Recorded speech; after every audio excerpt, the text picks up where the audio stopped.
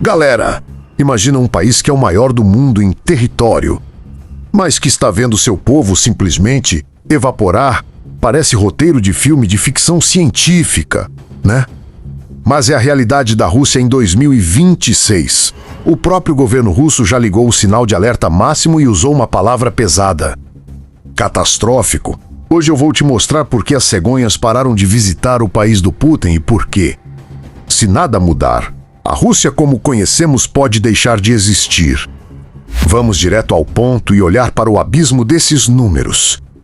Para uma população não diminuir, cada mulher precisa ter, em média, 2 filhos e pouquinho. É o que os cientistas chamam de taxa de substituição. Entre 1,3 e 1,5, isso é um desastre demográfico. A taxa de natalidade caiu para cerca de 8 nascimentos a cada 1.000 habitantes. O nível mais baixo das últimas décadas. Para você ter uma dimensão do drama, em 2024 a Rússia registrou pouco mais de 1,2 milhão de nascimentos. Parece muito, quando o país estava em frangalhos. A conta é cruel, morre muito mais gente do que nasce. Estamos falando de uma perda líquida de quase 500 mil de pessoas por ano. É como se uma cidade do tamanho de Florianópolis ou Juiz de Fora sumisse do mapa todo santo ano, deixando casas vazias e escolas sem alunos. Mas por que isso está acontecendo agora? Para entender o hoje, a gente tem que voltar um pouquinho no tempo e entender o trauma histórico. Lá nos anos 90, com o fim da União Soviética, a Rússia mergulhou num caos absoluto. A economia derreteu, a hiperinflação comeu os salários e a insegurança era total. Naquela época, o povo entrou em modo sobrevivência e ter um filho era um luxo impensável. O resultado foi um buraco geracional. Nasceu muito pouca gente entre 1990 e 2000 e adivinha? Essas crianças que sobreviveram aos anos 90 são exatamente os adultos que deveriam.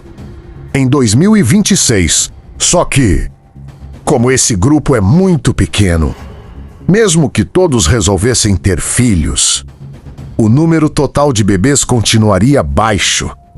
E claro, a gente não pode ignorar o elefante na sala: o peso dos conflitos e a instabilidade geopolítica. Olha, o tamanho do problema: guerra gera medo. E medo não combina com fralda e carrinho de bebê. Primeiro, temos um impacto direto na força de trabalho e na base da pirâmide. Milhares de homens jovens, que estão no auge da idade reprodutiva, foram enviados para a linha de frente. Outros milhares, com medo da mobilização, pegaram o que tinham e fugiram do país, criando uma fuga de cérebros e de braços sem precedentes. Isso cria um desequilíbrio bizarro. Faltam homens em muitas cidades e sobram incertezas. Além disso, a economia de guerra faz o custo de vida disparar. O preço do mercado sobe. Os juros sobem e o sonho da casa própria fica cada vez mais distante para um casal jovem.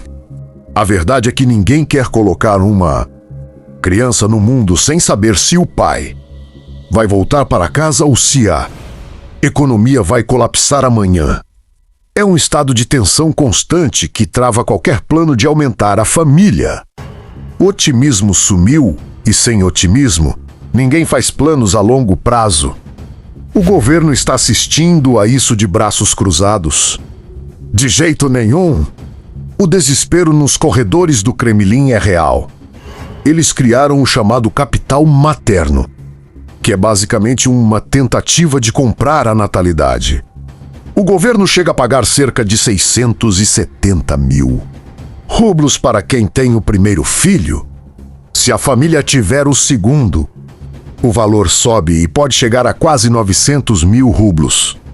Convertendo isso para nossa moeda, estamos falando de algo entre 45 mil e 60 mil reais caindo na conta. Para muita gente, isso é mais do que um ano inteiro de salário.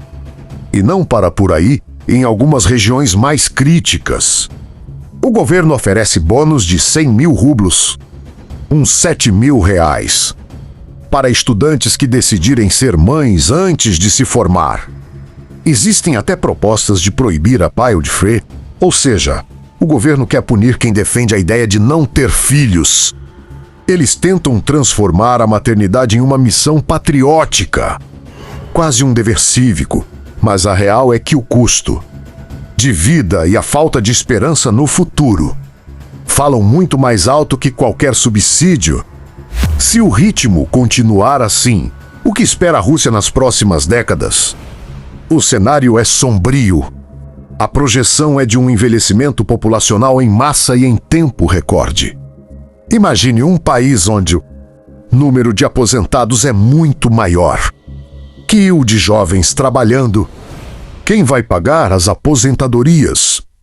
Quem vai operar as fábricas? Quem vai manter o sistema de saúde funcionando? Mais do que isso, a Rússia corre o risco de perder sua relevância global. Menos gente significa um mercado interno menor, menos inovação e, claro, um exército que vai ficando sem soldados para proteger as fronteiras gigantescas do país. Estamos falando de um colapso demográfico silencioso que pode forçar a Rússia a mudar drasticamente, talvez abrindo as portas para uma imigração em massa que eles sempre evitaram, ou aceitando que o maior país do mundo vai se tornar um grande território vazio e envelhecido. E você, o que acha? Será que esse Pix de R$60.000 vai funcionar ou a Rússia vai ter que abrir as portas para a imigração em massa para não sumir? Comenta aqui embaixo que eu quero saber a sua opinião. Se você curtiu esse raio-x da situação russa, já sabe, deixa aquele like. Se inscreve no canal para não perder os próximos rankings e curiosidades do mundo. Valeu e até a próxima!